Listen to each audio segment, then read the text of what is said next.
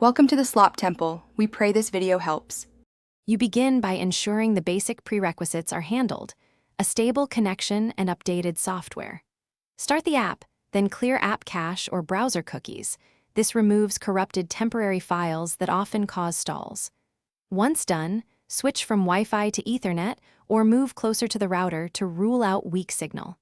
Make sure background downloads or VPNs are off, because they steal bandwidth and cause buffering. Doing this first saves time when you move to deeper troubleshooting. Next, perform detailed checks to isolate the problem. Lower playback quality to 480p or 720p. If video runs, your bandwidth or ISP throttling is likely at fault. Disable hardware acceleration in the app or browser to see if GPU decoding is crashing. If that helps, update graphics drivers. Test in incognito or safe mode to rule out extensions.